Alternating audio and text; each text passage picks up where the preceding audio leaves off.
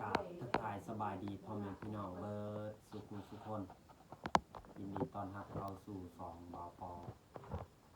สำหรับมื้อนี้กะบ่ได้ไปไสยังอยู่เฮือนคือเก่าแต่กะมีเรื่องหนึงที่บ่ปอยากเล่าให้พ่อแม่พี่น้องฟังหรือว่าและก็อยากขอโทษขออภัยพ่อแม่พี่น้องที่บ่ได้ลงคลิปต่อเนื่องมื้อนี้อาการของบปใครแน่หน่อยนึงเราก็คือสิไปปล่อยคลิปก็คือบปแก่เราก็คืออาการที่บปป่วยทำอิฐมาจากให้ก็คือรู้สึกตนโตตัวเองว่ารู้สึกอาการแบบหนาวแล้วก็ร้อนถึงเจ็บท้องไปนำพอมาฮอดเทือนปุ๊บพอดีอาการเริ่มเป็นเลยพอดีบปไปอาบน้ำรู้สึกเจ็บหัวแห้งขนาดถึงเจ็บท้องพอดีมานอนพักพอตอนกลางคืนลุกถ่ายหนักนี่ตลอดเลยเจ็บอีหลีเจ็บท้องใครคือมันปั่นอยู่ในแบบอยู่ในท้องนี่แหละพอดี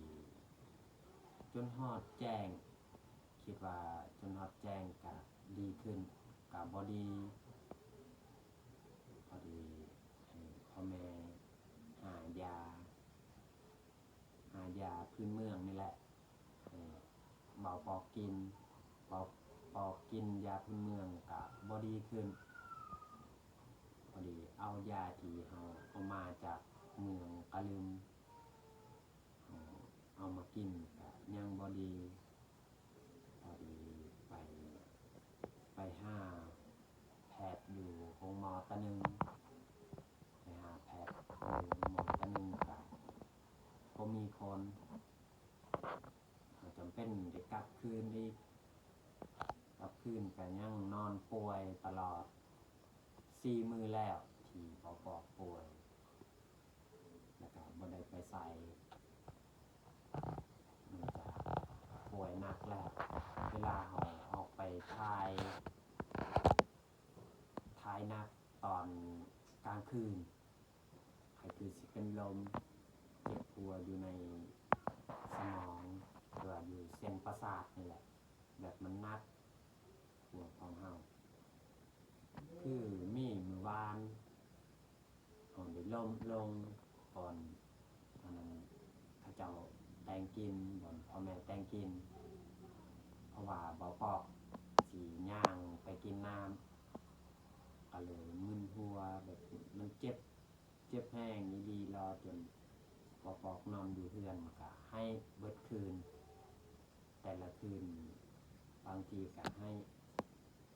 เพราะว่าเวลาเราไปถ่ายหนักแห้งเจ็บแบบมันปั่นอยู่ในจนกระทั่งมื้อนี้แค่แน่น้อยนึงเลยมีโอกาสได้ขอโทษพ่อแม่พี่น้องที่บ่ได้ปล่อยคลิปให้พ่อแม่พี่น้องเบิ่งหรือว่าผมบ่ได้อัปโหลดคลิปต่อเนื่องถ้าว่ามื้อนี้หรือว่ามื้ออื่นแค่แน่เราก็สิได้ไปหาเฮ็ดคลิปทำเพราะว่าอันนี้ก็หลายมื้อแล้วที่ว่าบ่ได้ปล่อยคลิปแล้วก็บางคนคิดว่าบ่ได้อยากเฮ็ดคลิปบ่ได้ใส่ใจเฮ็ดคลิปแต่ที่จริงอันนี้เป็นอาชีพของบ่ปอกที่มักที่สุดแต่ปีก่อนๆบ่ปอกก็ได้เฮ็ดช่อง YouTube แล้วแต่ว่าปีที่บ่ปอกเฮ็ดคลิปแต่ก่อนก็คือเฮ็ดลิ้นเพราะว่าเฮายังบ่ทันรู้ว่ามีรายได้มีพวกปอเปื้อกเขาเจ้าได้เฮ็ดคลิปตอนเฮาไปเฮ็ดแถวอยู่ภูหรือว่าภูที่สูงที่สุดที่เฮามักไปยามบ่ปอกก็ได้ถ่ายอยู่ตอนนั้นแล้วก็ถ่ายพอดี ผู้ติดตามกับพานแล้วชั่วโมงกับพานแล้วก็มาเปิดสร้างรายได้เพราะว่าซึ่งบ่ปอกเป็นคนเปิดสร้างรายได้บ่ค่อยเป็นไปสมัครมันมีขั้นตอนที่กระเจ้าว่าให้เลือกแล้วก็พอปอกสมัครบ่ถือมันจะส่งข้อความ2 สัปดาห์3 สัปดาห์ให้ทาพอดีถ้าเบิ่งมื้ออื่นมันส่งมาเฮ็ดว่าบ่ปอก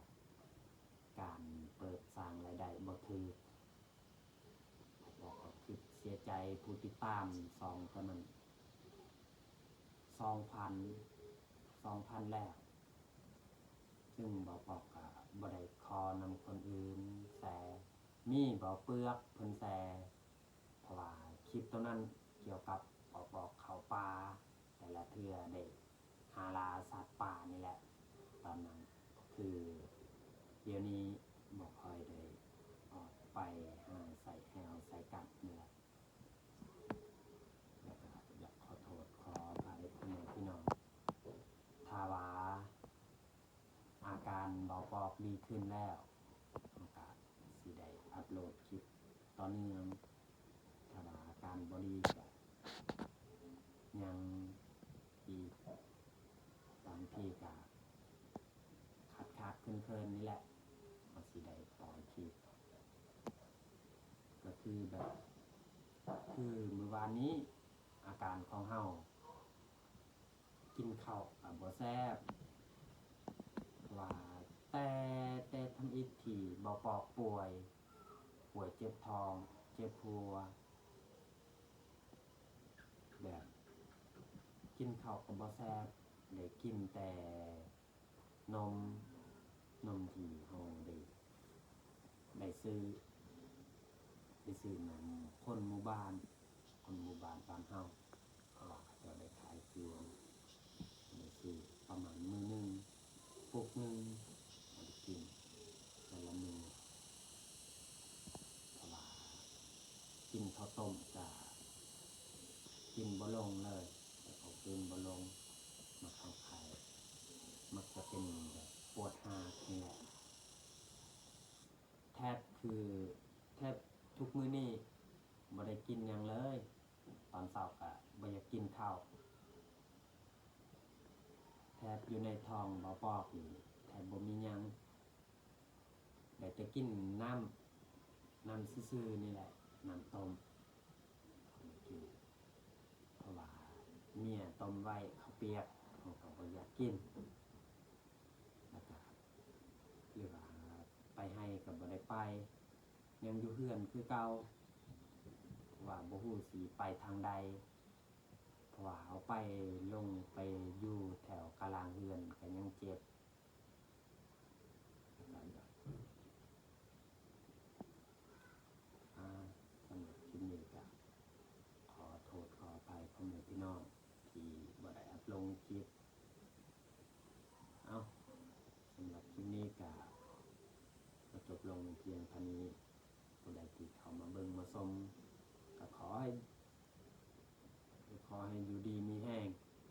ให้สุขภาพให้ร่ำให้รวยความเจ็บอย่าให้ได้ความไข้อย่าให้มีนี่ก็จบลงเท่านี้ขอขอบใจ